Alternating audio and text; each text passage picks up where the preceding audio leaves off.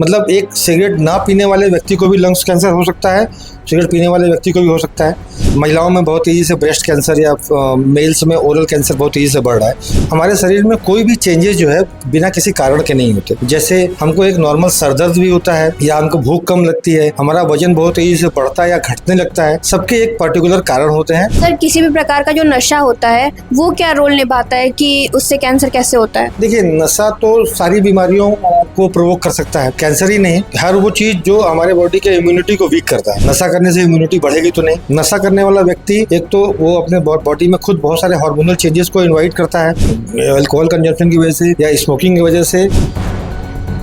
मौजूदा समय में कैंसर एक घातक के साथ साथ आम बीमारी पड़ती जा रही है। हमें समझ में नहीं आ रहा है कि कैसे वो इनिशियल स्टेज से इतने घातक स्टेज तक पहुंच जा रहा है। इस विषय पर बात करने के लिए हमारे साथ डॉक्टर गौरव सर है, जिनसे हम इस मुद्दे पर बात करेंगे और जानेंगे क्या है इसके कारण, और भी कई मुद्दों पर बात करेंगे। सर, बहुत बहुत स्वागत है आपका हमारे चैनल पर। सर, कैंसर आज के दौर में इतना बढ़ता जा रहा है, क्या कारण है इसके पीछे? देखिए, मौलिक कारण तो जैसे आपने सही कहा कि कैंसर धीरे धीरे बहुत तेज़ी से अपने पैर पसार रहा है। तो हमारे जो भी रिसर्चेस हैं उसके हिसाब से मौलिक कारण तो जीवन शैली में होने वाले परिवर्तन हैं। लाइफस्टाइल चेंजेस सबसे बड़ा कारण है, क्योंकि खान पान और साथ साथ जो और भी सेडेंटरी लाइफस्टाइल के पैटर्न है हमारी सोसाइटी में, उसके वजह से कैंसर अब सिर्फ एक बीमारी नहीं बल्कि एक लाइफस्टाइल कंडीशन हो गई है।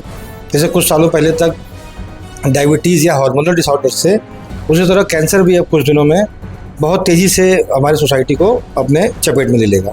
धूप, गर्मी, पसीना, जिससे आपकी स्किन पर खुजली और दांत की समस्या बढ़ना आम बात है। लगाए दादू मलहम एंड लोशन और करे खुजली का काम तमाम। सर, हम इनिशियल स्टेज पे कैसे पहचान सकते हैं कि ये सिम्टम्स हैं कैंसर के? देखिए, ना सिर्फ कैंसर बल्कि सभी बीमारियां अपने जब वो अकरेंस का टाइम होता है, जब वो हो रही होती हैं, तो कुछ ना कुछ बॉडी में अलार्म बजाती हैं। हमको सिर्फ अपने बॉडी में अलार्म को पकड़ने की आवश्यकता है। हमारे शरीर में कोई भी चेंजेस जो है बिना किसी कारण के नहीं होते। जैसे हमको एक नॉर्मल सर दर्द भी होता है या हमको भूख कम लगती है, हमारा वजन बहुत तेज़ी से बढ़ता है या घटने लगता है, सबके एक पर्टिकुलर कारण होते हैं। हमको हर उस कारण को जिसके बारे में हमको विशेष जानकारी नहीं है के बारे में किसी एक्सपर्ट से डिस्कस करना चाहिए। जैसे मैं बताता हूँ कि महिलाओं में बहुत तेज़ी से ब्रेस्ट कैंसर या मेल्स में ओरल कैंसर बहुत तेज़ी से बढ़ रहा है, जो रेशियो है इंडिया में। तो ब्रेस्ट पे महिलाओं को लम्स जो है, नोड्यूल्स, गांठ आम भाषा में दिखाई देते हैं, महसूस होते हैं। लापरवाही बस ये है कि उसको इनिशियल स्टेज में महिलाएं अवॉइड करती हैं। या मुंह में कोई छाला हुआ, कोई कट गया, कई बार आपको यकीन नहीं होगा, ब्रश करते समय या दातुन से भी छिला हुआ जो घाव है वो भी कैंसर में कन्वर्ट हो जाता है। तो जो पेशेंट है, जो सफ़रर है, उसको अवॉइड करता है। आपको अवॉइड नहीं करना है, उसका इनिशियल ट्रीटमेंट ले लीजिए। अगर आपको कोई छिल गया मुंह में या कट गया तो आपने छोटा सा कोई एंटीबायोटिक खा ली, एक 5 दिन का कोर्स कर लिया, डॉक्टर को दिखा लिया और उसको ठीक कर लिया, वो बीमारी वहीं ख़त्म हो जाएगी। लेकिन अगर उसको परसिस्ट किया, लंबे समय तक उसको अवॉइड किया, तो वो अल्सर जो है, जो छाला था, वो बढ़ते बढ़ते कैंसर हो सकता है। तो अचानक नहीं, जैसे हम स्टेज की बात करते हैं, स्टेज 1 से लेकर स्टेज 4-5 तक कैंसर एक ही दिन में नहीं पहुंचा, उसने टाइम लिया। लेकिन उसके जो बढ़ने की वो थी, प्रोसेस था, उसको हमको बस रीड करना होगा, अपने आप को अवेयर रखना होगा। खान पान और बाकी चीज़ों से तो हमको अवेयर रहना ही रहना है। कोई अगर सिम्टम भी हमारे बॉडी में आ रहे हैं, किसी भी तरह का चेंजेस आ रहे हैं, लंग्स कैंसर के भी केसेस धीरे धीरे बढ़ रहे हैं, फीमेल्स में सर्वाइकल कैंसर के भी केसेस बढ़ रहे हैं, तो वो इनिशियल सिम्टम्स में, जैसे अगर मैंने बताया मेल्स में प्रोस्टेट या फीमेल्स में सर्वाइकल कैंसर है, तो वो भी एबनॉर्मल डिस्चार्जेस या थोड़ा बहुत मांस इकट्ठा होना, वो पता लगता है इनिशियली। उसको अवॉइड नहीं करना है किसी देसी इलाज के चक्कर में या किसी आयुर्वेदिक इलाज में। मैं किसी इलाज के पैटर्न को वो नहीं करूँगा, लेकिन एटलीस्ट डायग्नोज कराना चाहिए टाइम पे। सर, किसी भी प्रकार का जो नशा होता है वो क्या रोल निभाता है कि उससे कैंसर कैसे होता है? देखिए, नशा तो सारी बीमारियों को प्रोवोक कर सकता है, कैंसर ही नहीं, हर वो चीज़ जो हमारे बॉडी के इम्यूनिटी को वीक करता है। नशा करने से इम्यूनिटी बढ़ेगी तो नहीं, घटेगी ही। ठीक है, हमारी जो रोगों से लड़ने की ताकत है, जो इम्यून पावर है, वो नशा करने से, चाहे वो सिगरेट स्मोकिंग हो, टोबैको च्यूइंग हो या अल्कोहल कंजम्पशन हो, उससे हमारी बॉडी का नॉर्मल रिस्पॉन्स कम होता है। और जब वो नॉर्मल रिस्पॉन्स कम होता है तो बीमारियों को तो यही चाहिए। जो कैंसर के म्यूटेटेड सेल्स हैं, जो एबनॉर्मल सेल्स हैं, उनको तो ऐसा मौका चाहिए कि वो अपनी ग्रोथ को बढ़ा सकें। अगर कोई व्यक्ति स्वस्थ है, कोई नशा नहीं कर रहा है और डेली अच्छी रूटीन में रह रहा है, तो उसके बॉडी में ग्रोथ की पॉसिबिलिटी बहुत कम होगी, क्योंकि उसकी बॉडी रेजिस्ट कर रही है। नशा करने वाला व्यक्ति एक तो वो अपने बॉडी में खुद बहुत सारे हार्मोनल चेंजेस को इनवाइट करता है, अल्कोहल कंजम्पशन की वजह से या स्मोकिंग की वजह से अपने जो इंटेस्टाइनल सिस्टम है या फेफड़े हैं या जो ओरल कैविटी है उसको पहले से ही नुकसान कर रहा है, और वो जो कैंसर के कंडीशन में म्यूटेशन होगा, नशा उसको और प्रोवोक करेगा। सर जैसे सिगरेट से हम सुने सबसे ज़्यादा कैंसर होता है, तो लोग कहते हैं कि पैसिव स्मोकिंग जो होती है वो ज़्यादा प्रभाव, जो कि जो लोग लेते हैं उससे ज़्यादा जो लोग उससे प्रभावित होते हैं उनको ज़्यादा कैंसर होता है। इसमें कितनी सत्यता है? देखिए, सत्यता तो है। What causes cancer is already a myth. Cancer किस वजह से हो रहा है इसका 100% कारण तो हमें नहीं पता, ठीक है। रिसर्चेस जारी हैं उस पर, वो ऑनगोइंग है, चलती रहेगी। मतलब एक सिगरेट ना पीने वाले व्यक्ति को भी लंग्स कैंसर हो सकता है, सिगरेट पीने वाले व्यक्ति को भी हो सकता है, बस पीने वाले व्यक्ति की में पॉसिबिलिटीज़ बढ़ जाती हैं। तो पैसे भी स्मोकिंग वाले करने वाले लोगों से या जो सिगरेट नहीं पीते हैं और बैठे हैं सामने और धुआं जा रहा है, उनके भी, क्योंकि खाली स्मोकिंग नहीं, पोल्यूटेंट्स भी तो हैं हमारे आसपास। हमारा एटमॉस्फेयर जो है वो टॉक्सिक होता जा रहा है, गाड़ियों से धुएँ या जो इंडस्ट्रीज से धुएँ और बाकी और भी जो हम जो गार्बेज या कूड़ा जलाते हैं उससे जो धुआं निकल रहा है वो सब भी तो पोल्यूटेंट है, और वो कहीं ना कहीं हमारे नाक के रास्ते से हमारे फेफड़े में जा रहा है। तो वो जो फेफड़े में जाके इकट्ठा हो रहा है, वो तो टार बोलते हैं आम भाषा में, या जो वो पोल्यूटेंट इकट्ठा हो रहे हैं वो स्टिमुलेट करते हैं। तो ये 100% ज़रूरी नहीं है कि जितना सिगरेट नहीं पिया उसको कैंसर नहीं होगा, हो सकता है।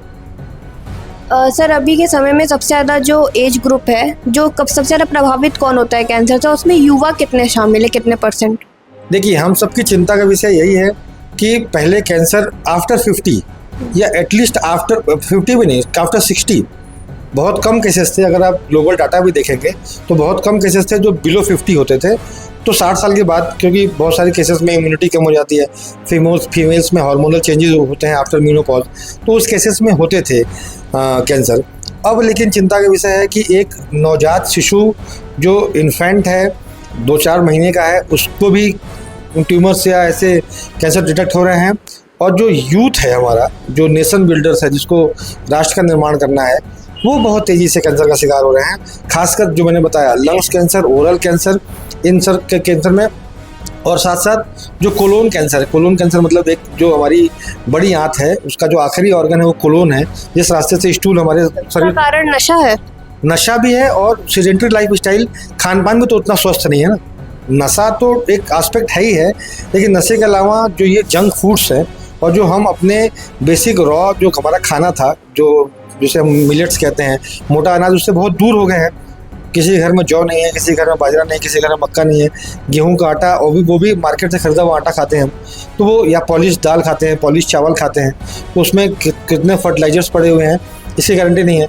तो जो हम खाना नॉर्मल खाते हैं, मिलेट्स, मोटा अनाज खाते, उससे हमारे पाचन तंत्र और मजबूत होता। तो अभी हमारा जो मोटा अनाज ना खाने की वजह से, जंक फूड खाने की वजह से, पूरा जो बावेल सिस्टम है, जहाँ खाने को पचाना है, और खाने को न सिर्फ पचाना है, जो खाने की महत्वपूर्ण चीज़ें हैं, प्रोटीन्स या वाइटामिन या मिनरल्स, फैट्स, इसको प्रॉपरली हमको एक्सट्रैक्ट करना है अपने खाने से, वो चीज़ ढंग से नहीं हो पा रही है।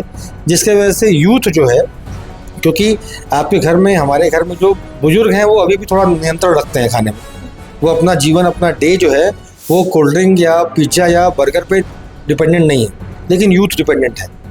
यूथ नशा भी अगर कर रहा है वो गलत बात है, और अगर वो हेल्दी फूड नहीं ले रहा है वो भी प्रोवोक कर रहा है कैंसर को। सर कई सारे युवाओं को हम देखते हैं, वो कहते हैं कि मेरे एक बॉडी पार्ट में दर्द हो रहा है, जलन हो रहा है, तो सर उसका कारण भी क्या कैंसर हो सकता है? लगातार एक बॉडी पार्ट में दर्द। देखिए, बता दो कि कैंसर के इनिशियल स्टेज में तो बहुत सारे मेजर सिम्टम्स आते नहीं हैं। सिस्टेमिक सिम्टम्स 1-2 स्टेज के बाद आना शुरू होते हैं, लेकिन चेंजेस आ सकते हैं। तो ये जो बॉडी पेन है, लेथर्जी है, या जो उसको थकान महसूस हो रही है, जो उसके बॉडी में पेन या वेट का उसका जो इम्बैलेंस हो रहा है, ये कैंसर की वजह से हो सकता है, लेकिन ये ज़रूरी नहीं है कि कैंसर की वजह से ही हो। डायबिटिक वाले पेशेंट को भी थकान होती है, थायराइड वाले पेशेंट को भी थकान होती है, बहुत सारे और भी ट्यूबरकुलोसिस वाले पेशेंट हैं, आस्थमा के पेशेंट हैं, वो भी थकान के, आस्थमा के पेशेंट है, उसको सांस लेने में दिक्कत है। तो बॉडी पेन कोई बहुत बड़ा सिग्निफिकेंट फीचर नहीं है कैंसर का, लेकिन कैंसर वाले पेशेंट को थकान और कमजोरी महसूस हो सकती है होती।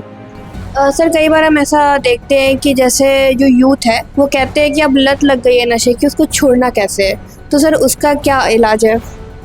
देखिए, मैं कोई मोटिवेशनल स्पीकर नहीं हूँ, मैं मेडिकल फील्ड से बिलोंग करता हूँ, लेकिन मैं जानता हूँ अपने पर्सनल एक्सपीरियंस से भी और अपने आसपास के सोसाइटी रिव्यूज से भी कि ये कहना कि लत लग गई है ये एक बहाना है।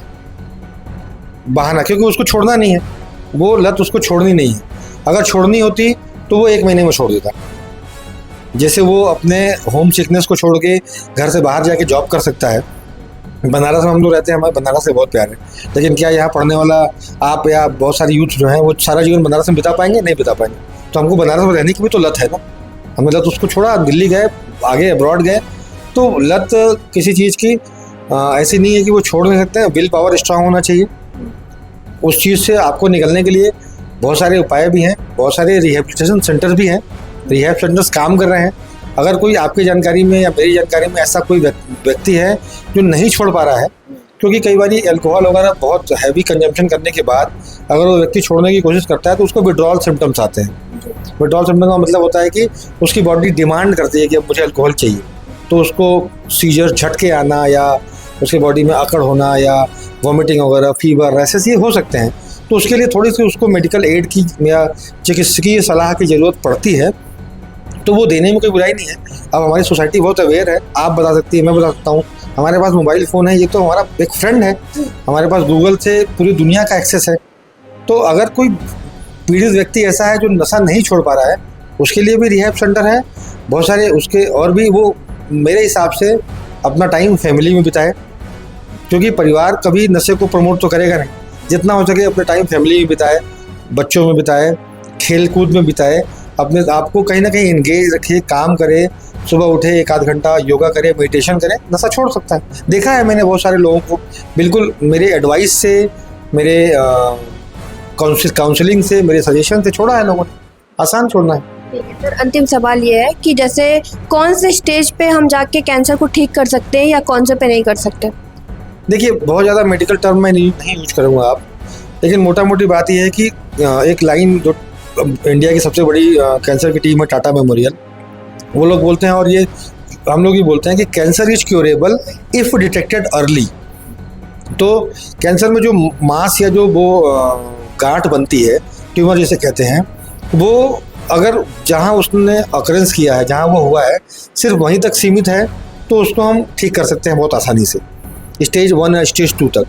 कैंसर अगर ऐसा हो जाए कि वो दूसरे ऑर्गन तक पहुंच जाए, उसको मेटास्टेसिस एक वर्ड है वो यूज करते हैं हम लोग, वो अगर लिम्फेटिक वेसल्स या ब्लड वेसल्स तक पहुंच के दूसरे ऑर्गन तक अपनी पहुंच बना ले, तो वो धीरे धीरे मुश्किल हो जाता है। क्योंकि एक जगह तक कैंसर था, उसको हमने वहीं रोक लिया, तो स्टेज 1 स्टेज 2 में वो अपनी जगह तक ही रहता है, सिर्फ ट्यूमर की साइज धीरे धीरे बढ़ता है। जैसे वो स्टेज 3 में जाता है तो वो अपने ऑर्गन के साथ साथ अपने आसपास और दूर दराज के ऑर्गन्स को भी प्रभावित करना स्टार्ट कर देता है। ठीक है, तो इससे जब वो अपने ऑर्गन के साथ साथ और भी दूसरे बॉडी पार्ट्स को भी प्रभावित करने लगा, तो उसको रोकना थोड़ा मुश्किल हो जाता है। फिर भी अब टाइम के साथ, समय के साथ बहुत एडवांस टेक्निक्स हमारे पास आ गई हैं, immunotherapy, proton therapy, targeted therapy, ये बहुत एडवांस टेक्निक्स हैं। थोड़ा कॉस्टली हो सकती हैं, लेकिन धीरे धीरे वो कॉस्ट एफिशिएंट भी हो जाएंगी, क्योंकि टेक्निक्स नहीं है, लेकिन इलाज है संभव। बहुत बहुत धन्यवाद सर, आपने बहुत महत्वपूर्ण जानकारियाँ दी हमको। कैमरा पर्सन प्रशांत दुबे के साथ मैं तनिषा, आप देख रहे थे न्यूज़ राष्ट्र।